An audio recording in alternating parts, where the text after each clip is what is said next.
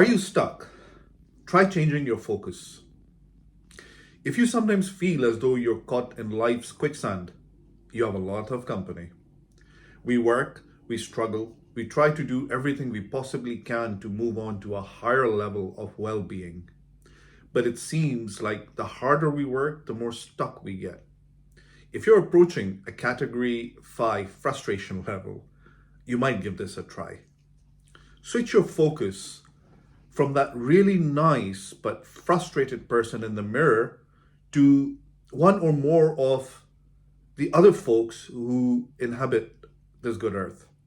I realize that it's important to watch out for number one, ourselves. We need to set goals, lay out plans, and then do those things we need to do so that we can at least make some progress toward our goals. We need to demonstrate personal financial responsibility, plan for retirement, and frequently just cover our backside so it doesn't get chewed off by one or more of life's rodents. However, what frequently happens is that we become so over focused on ourselves and our own personal well being that we end up building huge walls. We lose the ability or even desire to see the bigger picture and the possibilities that life presents to us. We become so focused on me that we sometimes begin scrutinizing even the most insignificant events to determine their potential impact on our personal lives. We become victims to ourselves. And to be real honest about it, we sometimes just become so busy being busy that we lose track of where we thought we wanted our lives to end up in the first place. One possible solution, as I mentioned earlier, is to change our focus from me to others, from being the receiver to being the giver. And no, I'm not even implying that this requires any major change in the things we do every day. It may eventually lead to that, but that's not a critical part of the initial process. Here's what I mean.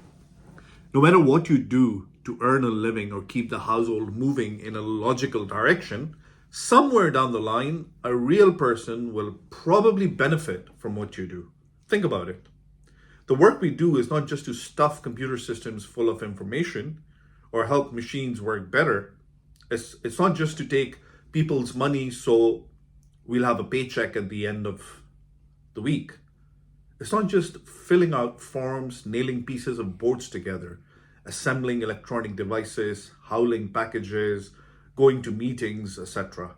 Somewhere, sometime, and maybe immediately, another human being will likely be positively affected by what you do. And yes, if you're paying attention, you've noticed that I've used a couple of cop-out words, likely and probably. I had to do that because in real world, there are some individuals whose money-making efforts are focused mainly on non-beneficial activities. That's just the way the world is. For the rest of us, however, our activities and work generally reflect a more positive endeavor.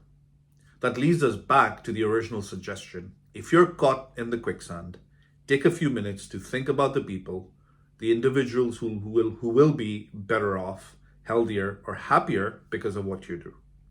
Think about how you're giving your time and talents so that others will profit in some way from your efforts.